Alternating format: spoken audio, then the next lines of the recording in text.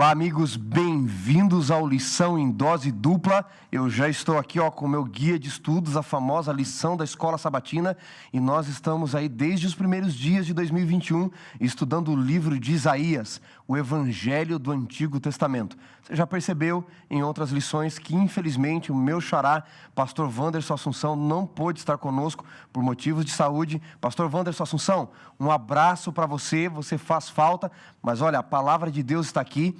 E eu quero fazer um desafio para os nossos amigos que estão aí nos assistindo pelo Facebook, pelo YouTube, ou quem sabe você está nos ouvindo no trânsito, pelo podcast Lição em Dose Dupla, pelo Deezer, pelo Spotify. Você pode compartilhar a lição, nosso guia de estudos, o tema, com os nossos amigos. Você e eu fomos chamados a viralizar a esperança. Então, compartilhe aí pelas suas redes sociais. Você que está nos assistindo pelo YouTube ou pelo Facebook, escreve aí no nosso chat: já viralizei esperança, já compartilhei esperança, e você vai estar ajudando a espalhar a palavra de Deus. Você sabe, cada semana nós temos convidados especiais para nós estudarmos profundamente, através do nosso guia de estudos, a palavra de Deus. Neste trimestre estamos estudando, como eu vos disse, o livro de Isaías. E para o estudo de hoje, eu tenho dois amigos aqui de peso, dois amigos que estão trabalhando demais na causa de Deus, que conhecem muito da palavra de Deus. Vocês já estão vendo, já nem sei quem eu apresento primeiro aqui. Vou começar pelo nosso ordenado aqui, tão recente. Posso, pastor? Pastor Ademar, seja bem-vindo ao nosso Lição em Dose Dupla. Estamos nesses dias em lição quase em dose única, mas acompanhado pelos nossos amigos aqui. Você é muito bem-vindo. Uma saudação para os nossos amigos que nos assistem e ouvem. Muito obrigado, pastor Wanderson, pela apresentação, pelo convite também de estar aqui presente nesse resumo da lição tão importante. Deixo o meu abraço aqui para todos os queridos da internet que estão nos assistindo, e também gostaria de deixar um abraço aí para os nossos queridos aí de Itanhaém que nos assistem. Eles, ainda não os conheci pessoalmente, mas sábado que vem, no próximo, dia 24 de janeiro, creio eu, estaremos ali presentes para conhecer a igreja. Eu já não vejo a hora de estarmos juntos aí de forma presencial em Itanhaém. Um abraço para Itanhaém e para todos os nossos queridos que nos assistem. Que legal, pastor. O bacana do Lição em Dose Dupla é que a gente traz pessoas aqui de vários lugares do Brasil, pessoas que já têm muitos anos de experiência no ministério. E hoje, meus amigos, nós estamos com dois jovens pastores, mas olha, esses jogam no time titular. Pastor, fala um pouquinho, já que você mandou um abraço aí para o distrito de Itanhaém, você está assumindo, né, como pastor distrital lá. Fala um pouquinho da tua experiência profissional, ministerial, da família, para o pessoal conhecer um pouquinho melhor aí o seu trabalho. Ok. Eu nasci ali na região de São Paulo, né, em Guarulhos, né, e comecei o meu ministério na capelania, no Colégio Adventista de Diadema. Passei ali 3 anos e depois eu fui ali para São Bernardo do Campo, onde trabalhei por 2 anos lá. E no fim desse ano eu recebi a transferência, né, para assumir o distrito de Itanhaém, e a partir deste ano, então, estarei firme ali com os nossos queridos irmãos ali da Baixada, da cidade de Itanhaém. Que legal, pastor. Um abraço especial, então, para o povo de Itanhaém. Assistam, compartilhem. Para o pessoal de São Bernardo, que você trabalhou até há pouco tempo. E o nosso outro convidado aqui, meus amigos, ele vem importado diretamente de São Caetano, pastor Diego Bispo. Muito obrigado por sua presença e por estar aqui conosco. A sua saudação para os nossos amigos. Pastor, eu que agradeço pelo convite, pela oportunidade, pela bênção de estar aqui, abrindo a palavra de Deus, a gente aprender mais a respeito do propósito dele para a nossa vida. Gostaria de, como o pastor disse, deixar um grande beijo para o pessoal de São Caetano do Sul. Eu sou pastor escolar aqui na APSE, dos colégios de São Caetano do Sul, mas também de Jardim Utinga. Desde o ano passado, eu tenho cuidado dessas duas escolas que ocupam um lugar muito especial no meu coração. Então, um grande beijo para a comunidade aí de São Caetano do Sul e Jardim Utinga. Jardim Utinga e São Caetano do Sul, né, pastor? Eu tenho que aqui pedir perdão, né? Você está importado de 2 lugares aqui, né? Então, um abraço especial para essas duas comunidades escolares. Você tem quantos anos de ministério, pastor? Bom, eu tenho bem menos experiência que o pastor Ademar, né? Me formei no fim de 2018. Então, eu estou iniciando agora o meu 3º ano de ministério desde que eu me formei, então, na capelania dos colégios aqui da APSE. Você começou no colégio de Diadema, é isso? Coincidentemente, eu substituí o pastor Ademar no Colégio de Diadema. Fiquei ali no ano de 2019. Elevou o nível ali. E então, em 2020, eu assumi as duas escolas, São Caetano e, posteriormente, Jardim Utinga. Então, estou desde ali me dividindo entre as duas aí. Legal, pastor. Aliás, a educação está bem representada aqui, né? Pastor Ademar acabou de sair da capelania, pastor Diego Bispo cuidando da capelania de 2 escolas, 2 comunidades escolares, e eu também coordeno, entre as outras funções aqui, as capelanias dos nossos 8 colégios. Um abraço, então, para toda a nossa comunidade da educação adventista da Associação Paulista Sudeste, do Brasil, do mundo. Um abraço para a professora Marizane também, que coordena aqui na nossa associação. Nossa líder, não é? aí. Muito bem, pastor Diego, vamos ao estudo da lição? Vamos. Mas nós não podemos começar sem uma oração. Você faz oração para nós? Sim. Bom, convido você que está em casa, vamos curvar nossa fronte e vamos orar. Amado Deus, estamos aqui com a Tua palavra aberta, mas para entendê-la de maneira adequada, precisamos que Teu Espírito Santo seja presente. Então, que o Senhor nos ajude, nos abençoe e, principalmente, Pai, que o Senhor coloque em nosso coração o desejo de sermos fiéis àquilo que aprendemos através do texto. Em nome de Jesus. Amém. Amém. Muito bem, a lição desta semana, tratando especialmente do capítulo 7 do livro de Isaías, nos traz, meus amigos, um contexto histórico impressionante. Nós já vimos nas lições anteriores, inclusive Isaías capítulo 6, Isaías começa dizendo no ano em que morreu o rei Uzias, não é? Uzias havia reinado por cerca de 40 anos, embora os 10 últimos anos do seu reinado ele teve como corregente o seu filho Jotão. E muitas situações surgiram políticos, socioeconômicas e espirituais no reinado desses reis, especialmente Uzias, Jotão, Acás, e Isaías ainda vai passar pelo reinado de Ezequias e, segundo a tradição, morrer cerrado ao meio por Manassés, filho de Ezequias, não é? Foi colocado num tronco e cerrado ao meio. Mas, em especial, nesta semana, nós vamos estudar a crise que se instaura em Israel, no Reino do Sul, a partir de Jotão para Acás, mais especificamente em Acás. Jotão, para você ter uma ideia, vamos contextualizar rapidamente, eu vou fazer o contexto histórico e deixo as perguntas difíceis para os convidados aqui, tá bom? Jotão, ele havia reinado ali por cerca de 10 anos com seu pai Uzias como corregente, e quando ele assume o reinado, segundo a história e a tradição judaica, ele tinha 2 problemas ali, 2 alas que estavam causando problemas para ele no seu reinado. Por quê? A Síria havia se levantado como um império poderoso, ele tinha esse problema, a Síria estava vindo dominando todo o mundo e queria dominar a rota do sul até o Egito para dominar a rota comercial. Você tinha um outro problema, porque o reino do norte, Israel, a capital Samaria, e a Síria, não a Assíria, mas a Síria, estavam fazendo uma coalizão para tentar impedir o avanço dos assírios. E queriam também a ajuda de Jotão e, posteriormente, de Acás. Quando Jotão está reinando, um grupo de líderes, de príncipes, eles dizem, não, nós não podemos fazer aliança com a Síria, muito menos com Israel do norte, muito menos com a Síria, nós temos que confiar em Deus. Nós temos que confiar no poder de Deus para nos defender.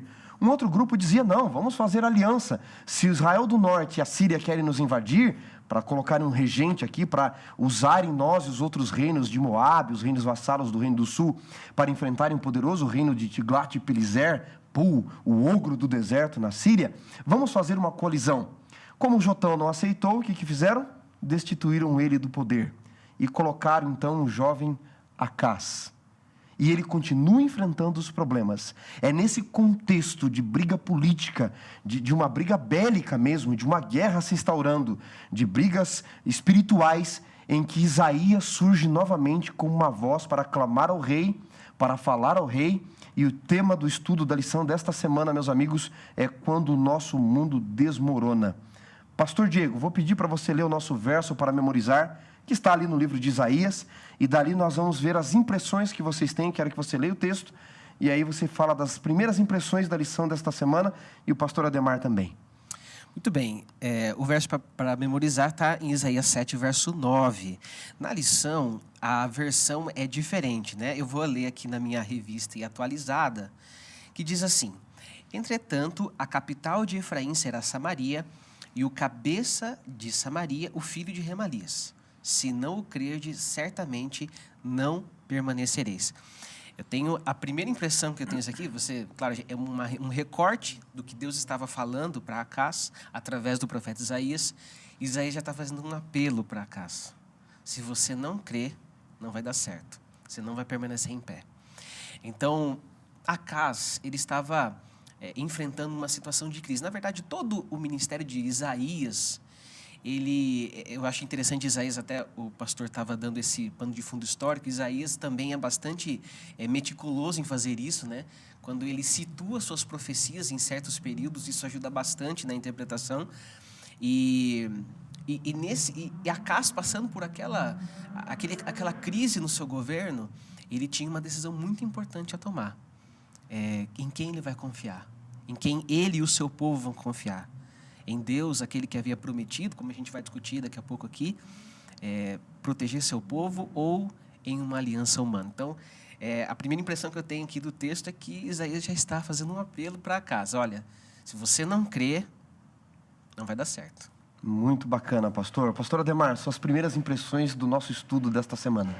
Olha, o pastor Diego ele foi pontual e específico. O grande desafio do rei Acaz é em quem confiar. Reis humanos, no caso, nesse confronto que ele teria com os reis da Síria e de Israel, de Efraim, do Reino do Norte, ele tem a tentação de confiar em um rei humano. E esse rei humano não é qualquer um. É o rei mais poderoso da terra, ou que estava se tornando o mais poderoso da terra, sendo que a Síria vinha para dominar o mundo. Então a questão é o planejamento que ele tinha de fazer uma aliança com os assírios para vencer ali essa batalha contra a Síria e contra Israel. E este apelo que Isaías faz, se aproximando do rei enquanto ele estava fiscalizando os recursos de água ali do reinado, esse apelo que Isaías faz em nome de Deus, sendo um profeta, trazendo uma mensagem da parte de Deus, é o mesmo apelo que ele faz a cada um de nós. Em quem que você vai confiar? Você vai confiar em Deus ou em artimanhas humanas, em artifícios humanos? Então, eu creio que essa seja a grande lição que nós vamos aí debater durante essa semana. O desafio de confiar em Deus ou de darmos o nosso jeito, seja fazendo alianças que são contra a vontade de Deus ou dando o nosso jeitinho para resolver a situação, à parte da vontade de Deus. Quando nós lemos, especialmente em Crônicas, no capítulo 28, que descreve os reis de Israel, não é? Só para situar um pouquinho o nosso amigo que está nos ouvindo aí, de repente alguém não tem a familiaridade total com a história de Israel, eles pensam, como assim o reino do norte de Israel atacando o reino do sul, fazendo aliança com a Síria? O que está acontecendo? Não era um reino só?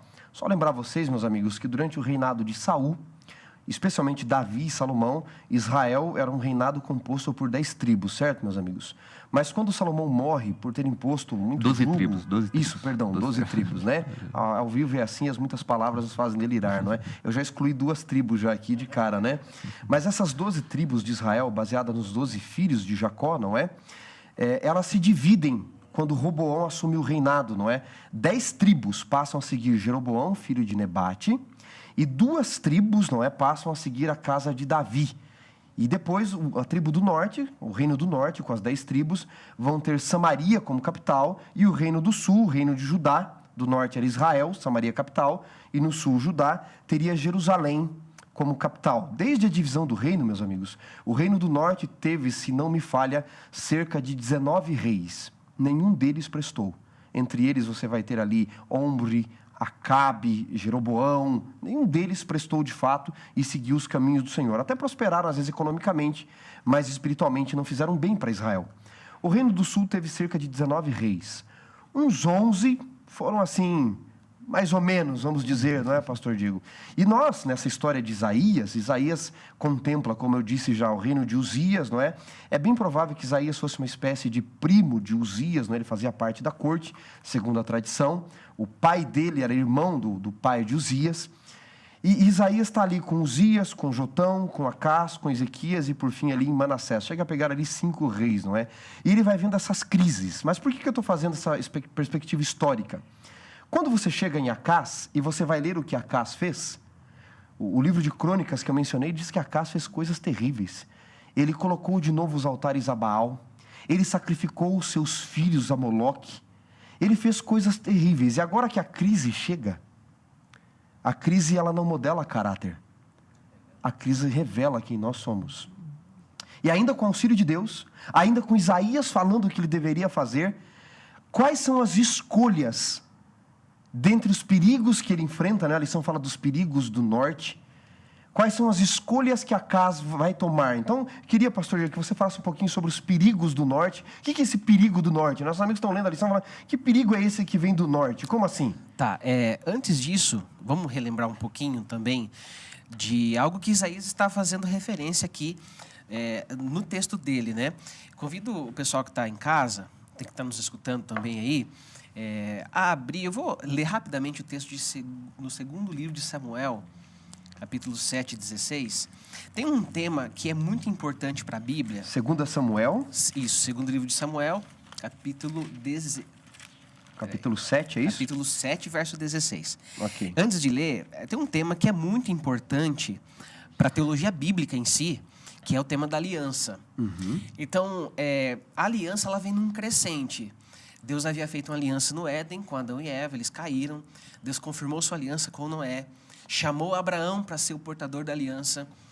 O povo de Israel, então, deu continuidade à promessa que Deus havia feito para Abraão, dali de ter terra e descendentes. Só que a promessa da terra ela é plenamente cumprida com Davi. Com Davi, quando a gente lê a história de Israel, é com Davi que Israel conquista o seu status de nação livre, completamente livre. E quando isso acontece, Deus faz uma aliança com Davi, renovando a aliança com Abraão.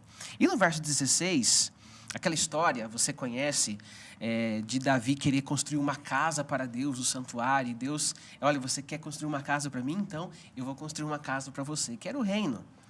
E ele fala assim, porém a tua casa e o teu reino serão firmados para sempre diante de ti. Teu trono será estabelecido para sempre. Então, veja, quando a gente volta lá para Isaías, quando Isaías escreve, ele fala assim, deu-se esse aviso à casa de Davi. Quando ele fala casa de Davi, ele está mencionando a dinastia e aquilo que Deus havia prometido. Agora veja, o que está acontecendo? A aliança Ciro-Efraimita havia se formado para, como o pastor falou, impedir o avanço de Tiglat-Pileser, o rei da Assíria. Mas olha que interessante, Síria e Israel eram inimigos já de longa data. Mas, por causa de uma situação política, eles se uniram. Né? E Acaz agora enfrenta essa tentação. Ele vai confiar numa aliança, porque a aliança política, pelo menos o que a gente vê na Bíblia aqui, ela é norteada por esses interesses. Né? Você é meu inimigo hoje, mas amanhã a gente vira amigo. Se for conveniente, Se né? for conveniente, você é meu inimigo hoje, amanhã a gente vira amigo. E se hoje a gente é amigo, amanhã a gente vira inimigo. Se for conveniente, por causa dos interesses. Então, Acaz estava com essa dúvida no coração. E quando Isaías chega e fala para ele a respeito da casa de Davi, quando aquela aliança Sírio-Efraimita fala assim, não, vamos tirar Acaz e vamos colocar outro no lugar. Eles não estavam se rebelando contra Acaz apenas, mas contra o que Deus havia estabelecido em relação ao seu povo. Era Deus quem decidia quem sentava no trono de Judá. Então, é isso que Acaz está lidando. Esse conflito tem uma situação política que eu tenho que resolver agora, mas há uma promessa que não é feita no vácuo. Isaías simplesmente não chega e fala assim, não, confia em algo assim que não tem uma base. Havia toda uma história por trás de uma promessa divinamente inspirada, que Deus havia de cuidar do seu povo. Então, Acaz enfrenta esse conflito. Né? Aliança humana ou suficiência divina. A gente, no nosso dia a dia, a gente também é interpelado com esse tipo de questionamento, esse tipo de conflito. Né? Será que Deus é suficiente para todas as minhas questões? Ou eu preciso recorrer a alianças humanas? Confio no visível ou no invisível, não é? E, pastor Ademar, antes de lhe passar a palavra, em 2 Crônicas 28, como eu havia mencionado, fala-nos um pouquinho de quem era Acaz, não é? E diz assim no verso 1, 2 Crônicas, capítulo 28, verso 1. Tinha Acaz 20 anos de idade quando começou a reinar, e reinou 16 anos em Jerusalém, e não fez o que era reto perante o Senhor, como Davi, seu pai. Agora, notem o verso 2. Andou nos caminhos dos reis de Israel, fez imagens fundidas de balaíns, não é? Pequenos baals. Também queimou incenso no vale de Inom, queimou seus próprios filhos segundo as abominações dos gentios que o Senhor lançara diante dos filhos de Israel. Também sacrificou e queimou incenso nos outeiros, como também debaixo das árvores frondosas. E aí vai narrando tudo o que ele fez. E depois, no capítulo 28, ainda no verso 16, diz assim: naquele tempo mandou o rei Acás pedir aos reis da Síria que o ajudassem. Nós falamos que em momentos de crise, não é? O pastor Diego narrou toda esta aliança e ele deveria confiar numa promessa de longa data, de uma aliança edênica para a eternidade, mas quando a crise chega, o perigo do norte estava instaurado. Qual foi a atitude de Acás, então, diante de tudo que ele já fazia contra Deus? Nós vemos aqui que o plano dele era justamente fazer aliança com a Síria, com este reino dominante, ao qual tanto a Síria quanto Israel estavam com medo e por isso queriam tirar Acás e fazer justamente o que temia Acás, colocar um rei que não fazia parte dessa promessa que o pastor Diego muito bem mencionou. Então, o plano dele, e que ele posteriormente colocou em prática, isso trouxe consequências terríveis, foi fazer aliança com este rei ímpio, com a Assíria. E é interessante nós vermos que Deus, ele envia Isaías para tentá-lo dissuadir dessa decisão, para que ele confiasse em Deus. E nós vemos que quando Isaías vai até ele, ele leva junto consigo o seu filho. E como uma advertência, e o nome do filho que é levado ali pelo profeta Isaías era "um resto volverá", ou seja, o que ele vem trazer de advertência para o rei Acás? Olha, se você fizer essa aliança com a Síria, depois vocês também serão invadidos e um resto volverá. Essa mensagem da parte de Deus era uma mensagem de juízo caso Acás ele não confiasse em Deus, não seguisse a vontade de Deus, mas também traz uma pontinha de esperança. Eles seriam derrotados, mas um resto volveria, ou seja, haveria ainda um remanescente. Apesar da terra ela ser destruída, ainda não seria o fim total de Judá. Então nós vemos aí que a oportunidade que Acás tem de decidir obedecer a Deus ou fazer aliança com o rei pagão, que não era a vontade de Deus. E essa história ela é bastante irônica, porque na verdade a gente, quem estudou a lição sabe o que Acás fez, né? Ele confiou na Síria.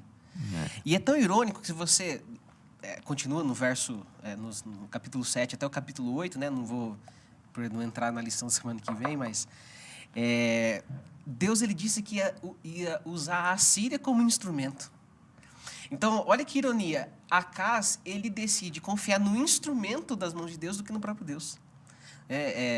Então, a gente corre esse risco, né, de confiar no instrumento das mãos de Deus do que naquele próprio. Então, como o pastor Demar falou, infelizmente, ao confiar no instrumento, ele depois, posteriormente, estaria assim, à mercê do instrumento, à mercê da vontade do instrumento, e isso era perigoso demais. E hoje em dia, né, pastor Diego, trazendo assim um pouco da lição para os nossos dias também, a gente baseia o contexto histórico, teológico e o que isso conta para nós, né? Você que está aí nos ouvindo aí no trânsito agora, o que toda essa situação socioeconômico-política importa para nós, essa desconfiança deste rei, este rei idólatra, este Acás, covarde, não é? E a Bíblia diz: os covardes não entrarão no reino de Deus. O que isso importa para nós? Pastor Diego, gostei do que você falou.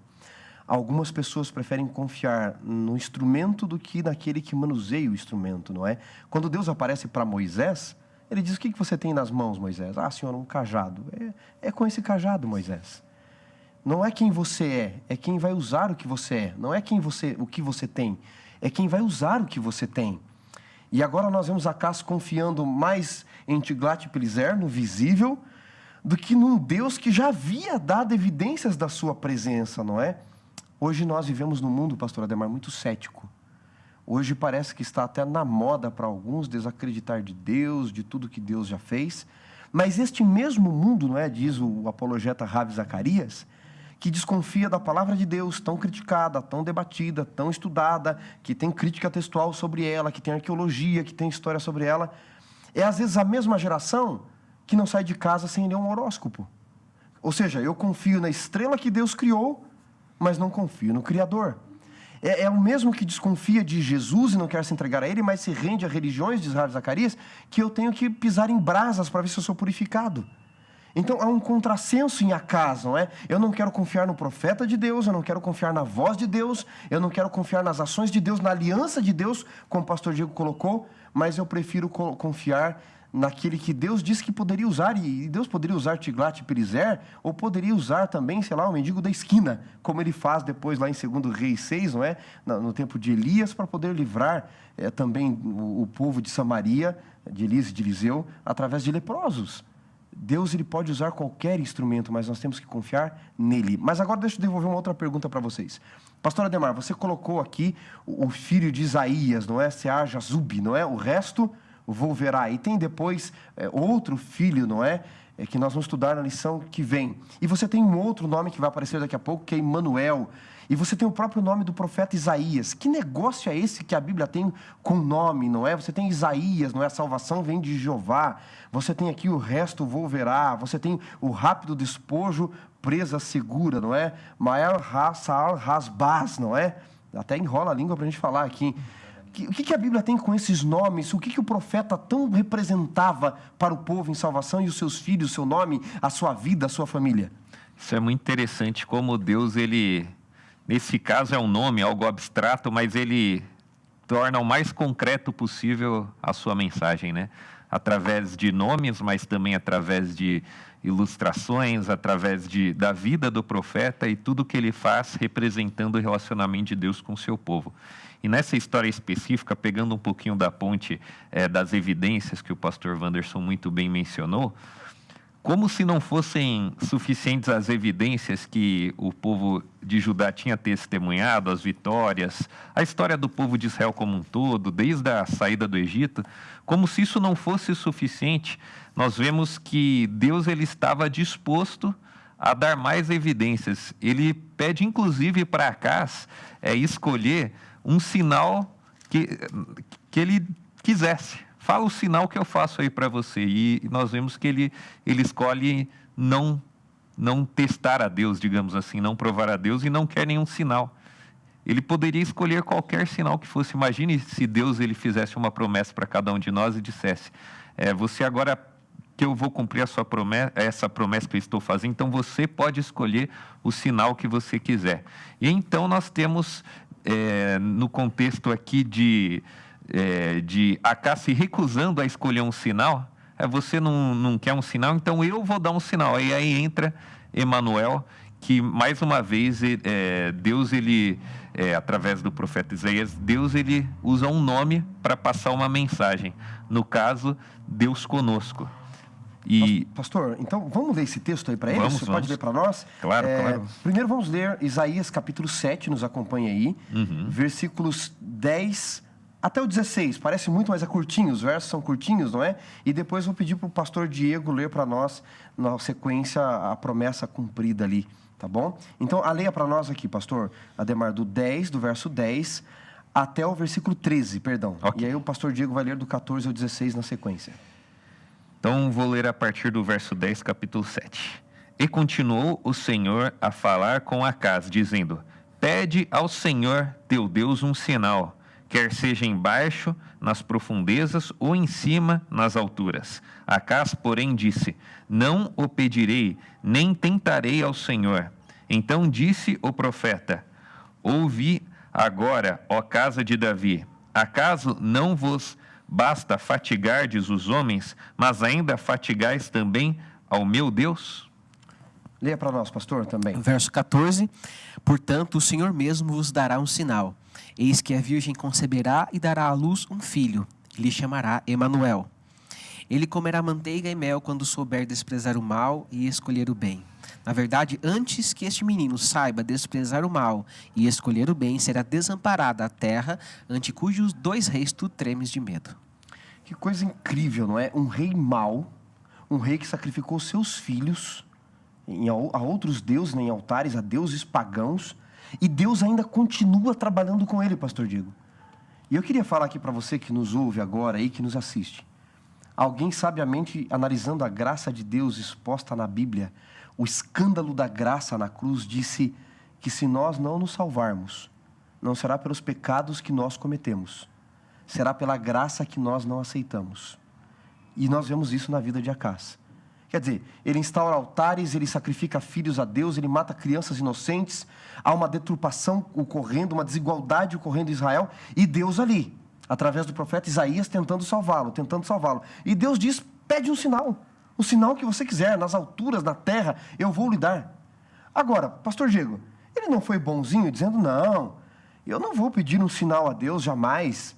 Não parece que Deus foi meio injusto com ele? Essa é a impressão que nós temos, mas não é isso. Acaz aqui, ele está preso no que a gente pode chamar, quando a gente estuda hermenêutica, né, do ponto de vista mais filosófico, tem um conceito chamado círculo hermenêutico. E esse é um dos grandes desafios, né, que a hermenêutica enfrenta, né? O que é o círculo hermenêutico? Quando você vai, por exemplo, para um texto, você já carrega consigo certas pressuposições que, em grande medida, podem já condicionar a sua interpretação, o seu entendimento. Então, esse é o grande desafio, né? Como é que você consegue escapar desse círculo, né? Acaz estava nesse problema. Ele não queria crer. Essa é a questão. Ele fala que não vai, ele não quer um sinal. Não vou tentar a Deus. Porque ele estava determinado a não crer. E não fazer o que Deus pedia. Não fazer o que Deus pedia. Então, ele já havia decidido fazer aliança com a Assíria. Já havia decidido. E quando ele toma essa decisão, ele já quer, assim, se isentar desse provável sinal para poder, então, ter alguma desculpa, mas Deus, ele não cai nesse jogo de Acaz, ele sabe o que está acontecendo, né? Então, esse é um grande desafio, assim. Agora, trazendo para a nossa vida, quando a gente não quer crer, Jesus, ele falou isso várias vezes, né? Ele falou assim, para quem não quer crer, nem se eu ressuscitar alguém dentre os mortos, não vai adiantar. Quando você já tem a disposição, quando você já tem uma decisão firmada de não confiar no Senhor, não importa que sinal ele dê, você não vai crer. Então, essa é uma demanda, né? Dialogando com Hebreus agora, o autor de Hebreus diz assim, olha, quem se aproxima de Deus deve crer que ele existe. Tem que estar com o coração aberto para ele. E esse era o grande desafio de Acaz. Pastor, alguém deve estar pensando assim, agora eu fiquei preocupado, porque eu tenho que tomar algumas decisões importantes na minha vida, não é? De repente alguém aí está se perguntando, olha, vou fazer esta faculdade ou aquela? Vou trabalhar neste emprego, nesta outra? Vou namorar com esta pessoa, casar com aquela pessoa? São decisões importantes da vida, onde você vai estar, onde você vai morar, com quem você vai estar, o que você vai fazer, as 3 decisões mais importantes aí, pelo menos. Tem outras, não é?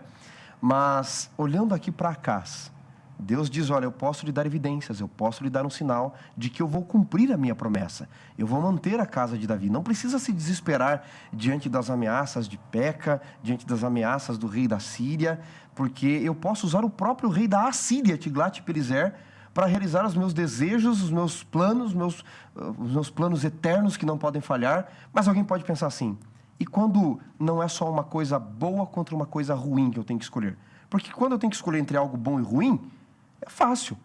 Eu deveria escolher o bom, ainda que eu não queira. Eu sei que é esse o caminho. Mas enquanto eu tenho que escolher em algo bom e bom, ótimo e ótimo, excelente e excelente, como que eu deveria tomar essas decisões? Porque Acaz aqui é nítido, ele deveria confiar em Deus. Lógico que não foi fácil para ele também, havia pressão, mas ele já havia se afastado de Deus muito tempo antes. Mas alguém que está aí nos ouvindo e diz, olha, e quando eu tenho algo bom e algo excelente? Algo ótimo e algo fantástico? Eu vou deixar uma dica aqui, eu queria que vocês comentassem também. Eu tenho na minha vida, agora digo eu, não o Senhor. Quando eu tenho decisões importantes, eu não sei direito, porque tudo é bom. Caminhos a seguir. Não é? Vou dar um exemplo aqui. No início do ano, acho que foi do ano passado, retrasado, um amigo me ligou e disse assim, olha, tem uma oportunidade de emprego para você. E de repente alguém vai se ver nesse exemplo que eu vou dar aqui, não é? Ele disse, tem uma oportunidade numa entrevista para você ser capelão do exército.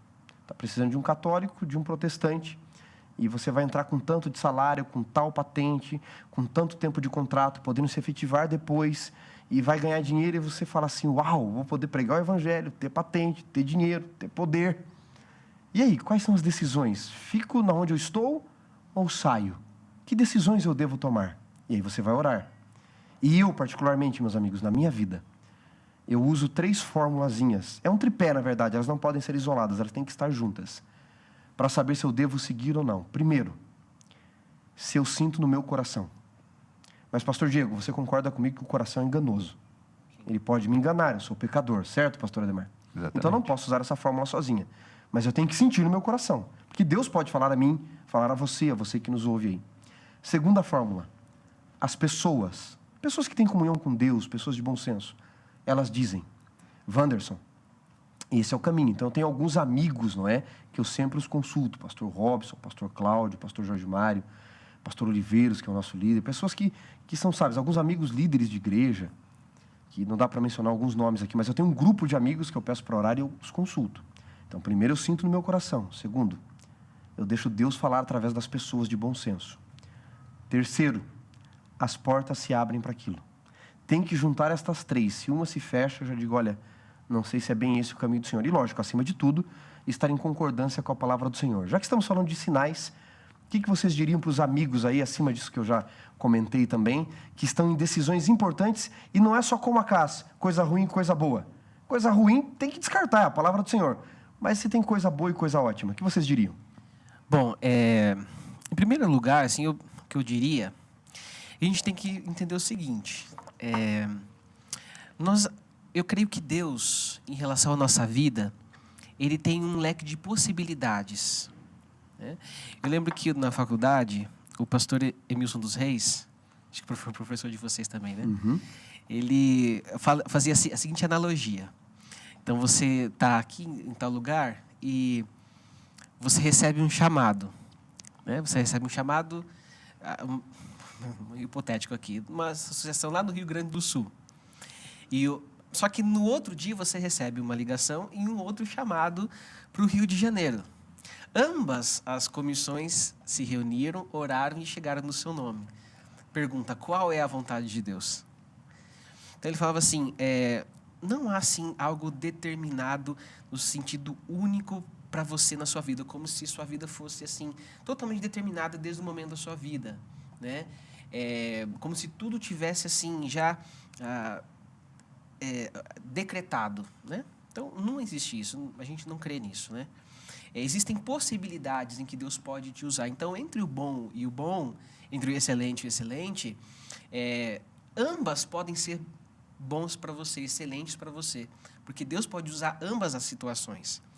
Então, só que outra coisa que eu também diria, que eu faço esse exercício para mim, achei muito interessante o que o pastor Wanderson nos falou, mas o que eu procuro fazer é o seguinte, eu costumo às vezes olhar para o passado, em situações similares, o que aconteceu e como Deus agiu, como Deus me direcionou e as decisões que eu tomei no passado, quais foram as causas, né, os efeitos dessas decisões tomadas, para poder tomar a decisão agora. Então, eu costumo fazer isso, né? Eu costumo orientar isso também. Até, eu creio que essa é uma forma bíblica de lidar com as situações. Você olha para o passado, aquilo que é conhecido, aquilo que Deus já fez na sua vida. E olhar para o passado, você é capaz de perceber como Deus agiu dessa forma. E se você decidiu qual foi o resultado das suas decisões. Então, situações similares no passado podem fazer com que você tenha um norte para decidir no presente. Eu gostaria só fazendo um fechamento. Eu acho que o que vocês falaram foi bem completo. A introdução que o pastor Wanderson deu com relação a pessoas sábias, a impressões do Espírito Santo e sempre a base da palavra de Deus. No caso da pergunta, é quando a palavra de Deus não tem uma revelação clara com relação a esse assunto. Uhum.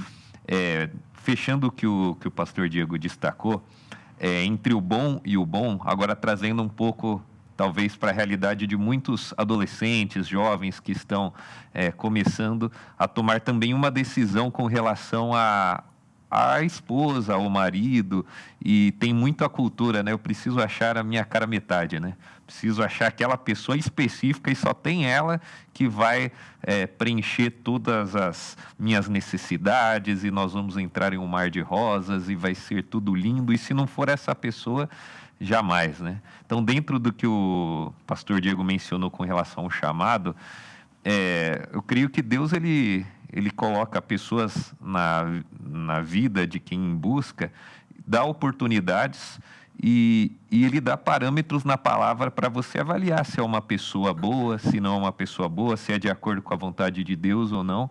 E se por algum momento você desperdiça alguma oportunidade dessas, no caso um chamado, um relacionamento, e você desperdiça isso, não existe um único chamado de Deus, não existe uma única pessoa que Deus ele vai levantar para que seja aquela que ele escolheu e você também ser aquela pessoa que ele escolheu para a vida da outra pessoa, né? Nós também temos que ser pessoas ideais, né? Buscarmos viver de acordo com a palavra de Deus, mas nós não cremos em uma predestinação, né? Que tem que ser aquele caminho, tem que ser aquela pessoa, tem que ser uma pessoa de acordo com os princípios que a palavra de Deus deixa para nós, mas pode ser uma, pode ser outra. Se tiver dentro desses princípios e dentro dos parâmetros que já foram mencionados, Deus pode abençoar mais de um caminho que você venha a escolher. Pastorzão, outro dia alguém me disse assim, pastor, eu tenho certeza que essa pessoa aqui foi Deus que escolheu ela para mim. Eu estava orando para Deus mandar alguém para mim. E a pessoa se chocou porque eu disse assim para ela, Deus não tem ninguém preparado para você. Eu disse, como Deus não tem alguém preparado para mim? Eu disse, porque Deus te deu livre-arbítrio. Ele te deu conselhos na palavra e você vai escolher.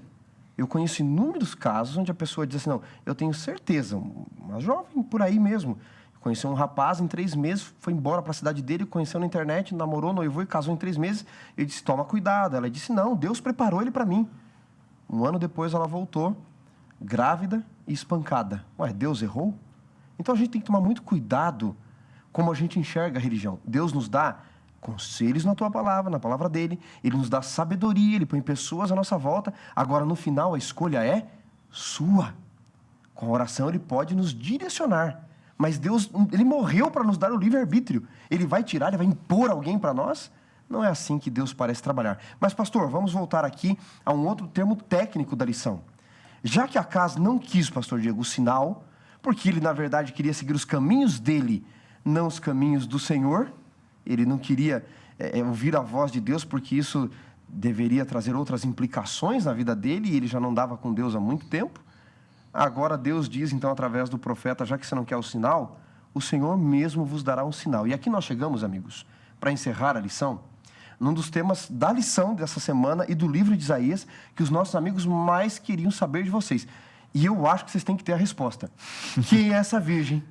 Quem é esse Emanuel? Tem tantas respostas, tantas tentativas, tanto papel e tinta já foi gasto para tentar definir quem é esta virgem que conceberia e quem é este Emanuel. Lógico, é uma profecia messiânica que depois Mateus 1 vai usar, não é? A partir ali do capítulo, do verso 20, a Jesus, o grande Emanuel, Deus conosco. Mas quem é esse Emanuel, esta virgem do tempo de Isaías? Dá para resolver esse problemão? O que você acha, pastor Diego? Eu creio que um dos aspectos mais instigantes da palavra de Deus é justamente por ser uma fonte inesgotável de conhecimento, né? E também há de se levar em conta que um texto, né? Um ato literário, ele é tão complexo que é difícil qualquer texto, mesmo sendo bíblico ou não, né? Pode pegar as peças de Shakespeare, você esgotar o significado dele em uma tentativa de interpretação. Isso é muito difícil, né? Enfim. Agora, existem possibilidades. Eu creio que a grande discussão, né, em relação uma luta, né? Tipo, não, o filho se refere exclusivamente ao tempo de Isaías, o Emanuel.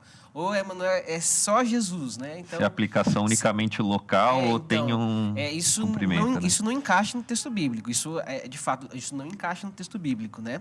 E o que a gente pode fazer? Bom, o que a gente pode? Qual que é a maneira a gente pode? Qual que é o caminho que a gente pode trilhar para tentar resolver essa questão? Essa possibilidade é a seguinte: vamos comparar os textos, o que o texto está dizendo.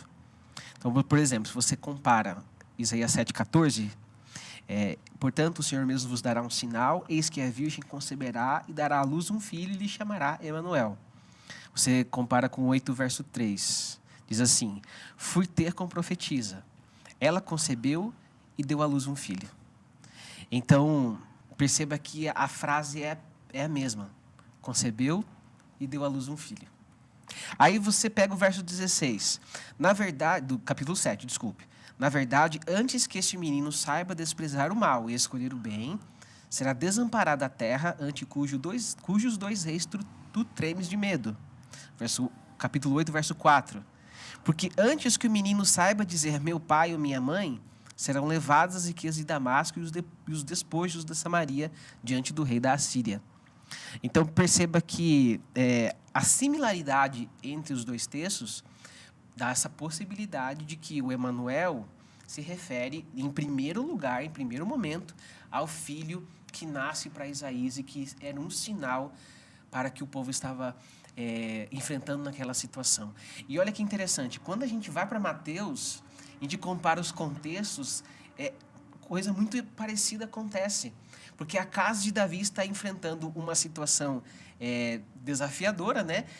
Interessante, eu nunca tinha parado para pensar nisso, mas segundo a genealogia que Mateus usa, José, aquele carpinteiro desprezado de Nazaré, seria o filho, o herdeiro legítimo do trono de Davi por causa da genealogia.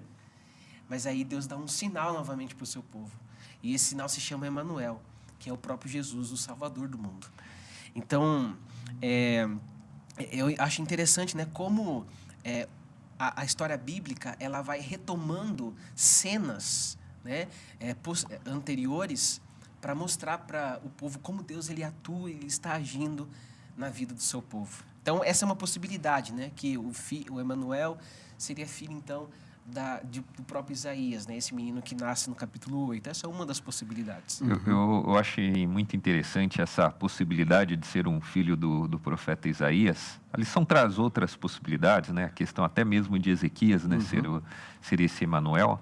Mas eu acho muito interessante essa possibilidade. Nós vemos no texto que Isaías ele já tinha um filho. Então, e essa palavra que foi traduzida para virgem quer dizer literalmente uma mulher em idade para se casar, né? Ou seja, ali começou, que se tornou uma mulher mesmo. A palavra hebraica ali é almar, né? Porque ele tem betular, que pode se aplicar a mulheres e nações. Ele usa naquela que está desposada, né? Não casou ainda, isso, mas está noiva, né? Está na idade própria que ela poderia já ter filhos, digamos, depois da fase que ela começa a menstruar, podemos dizer assim. Está apta para se casar. E nós vemos, então, que certamente não é a mesma mãe do filho que é mencionado. Então, talvez ela tenha sido um segundo casamento. De Isaías é uma possibilidade, né? Isaías 25 diz que o profeta ficou viúvo, né? Isaías não traz uma narrativa em ordem cronológica, né? Agora, como o texto é rico, né, pastor Diego, pastor Ademar, o F.F. Bruce, não é, que é um estudioso aí também da palavra de Deus, ele diz assim, olha, pode ser que seja o filho, não é, Maer Salar Rasbaz, o rápido despojo, presa segura? É possível. Ele diz assim, mas esse menino também está mais, o nome dele leva mais uma aplicação àquilo que a Síria vai, de fato, roubar, não é? Esse enriquecimento. Ele diz, pode ser Ezequias? Pode. Mas o menino já tinha 6 anos quando Isaías deu esta profecia, fazendo as contagens. Aí ele diz o seguinte, então quem poderia ser? Ele diz, pode ser que seja, de fato, o menino do capítulo 8, pode ser que seja uma aplicação a Ezequias, ao que ele vai fazer, mas ele diz assim, e pode ser que seja uma terceira aplicação de um menino, de uma virgem que nós não conhecemos e que trouxe uma esperança para Israel no seu nascimento, de fato. E ele diz, e isso traz, qualquer dessas possibilidades, nos traz uma alusão. A profecia quer nos apontar para aquele que daria o reino eterno, né? E você mencionou Mateus, que seria algo único. Ele diz, pode ser uma aplicação dupla da profecia, mas pode ser algo único também, mostrando o reino eterno de Jesus Cristo. Que riqueza esse texto, né? Um detalhe interessante que eu achei dentro disso que o pastor Wanderson trouxe da cronologia, é que a época que essa profecia é dada, ali aproximadamente 734, 735 antes de Cristo, dentro desse período que um bebê que nascesse naquela época, e até alcançar esse discernimento de do bem e o mal, ali aproximadamente 12 anos, foi exatamente 12 anos que levou para essas duas nações que estavam o ameaçando e o deixando amedrontado serem derrotadas. Nós vemos que tanto a Síria e depois, exatamente 12 anos depois, que é a invasão da Síria contra o Reino do Norte, que é Israel, Efraim, e que começa a destruição. Então, aqueles poderes que o ameaçavam, nessa aplicação local, deixaram de existir. Foram justamente... destruídos. Agora, uma coisa é certa, né, pastor?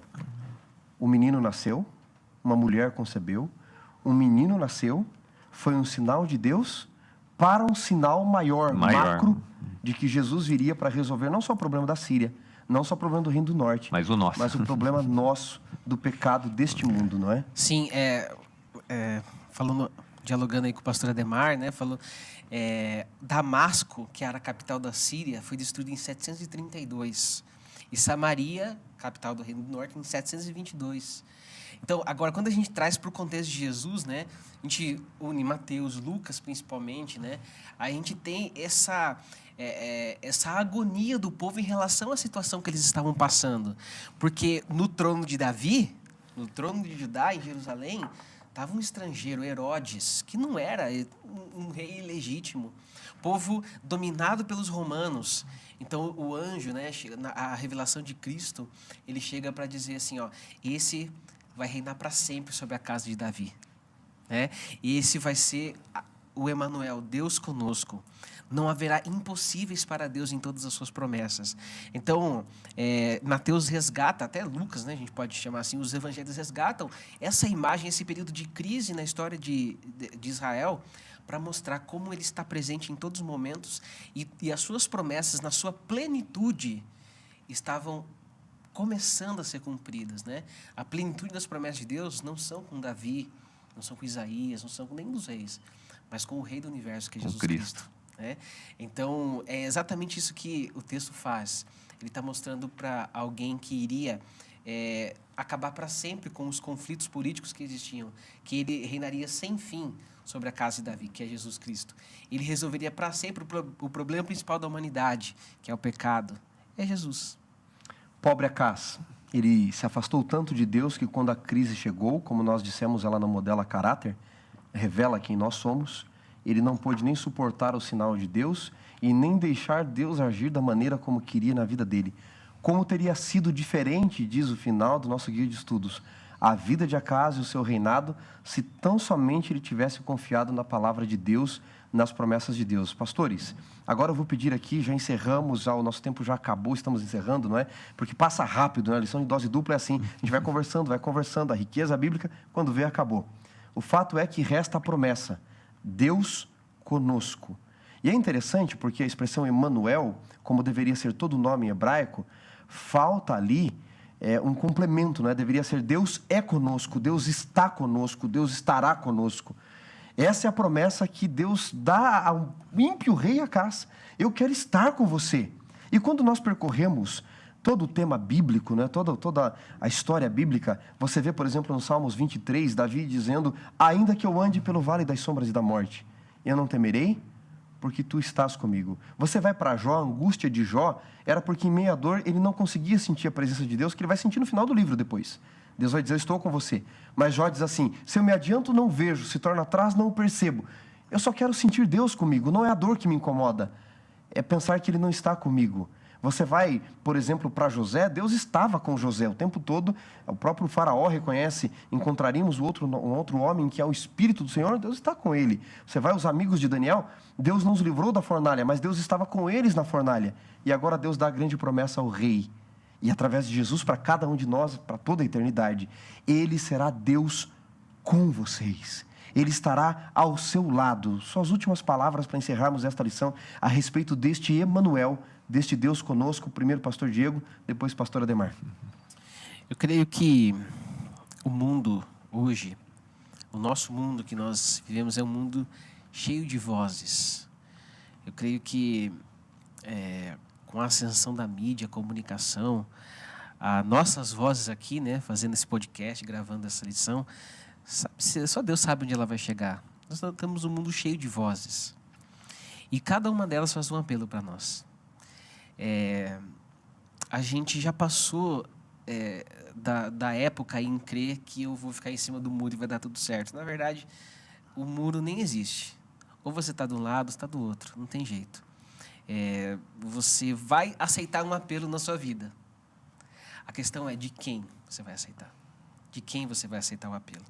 Se é da palavra de Deus, do Cristo, né, que fala, eu sou o caminho, a verdade e a vida, ou você vai aceitar o apelo de tantos outros que, apesar de não usar a mesma linguagem, a mesma frase, também afirmam que são o caminho, ou a verdade, ou a vida.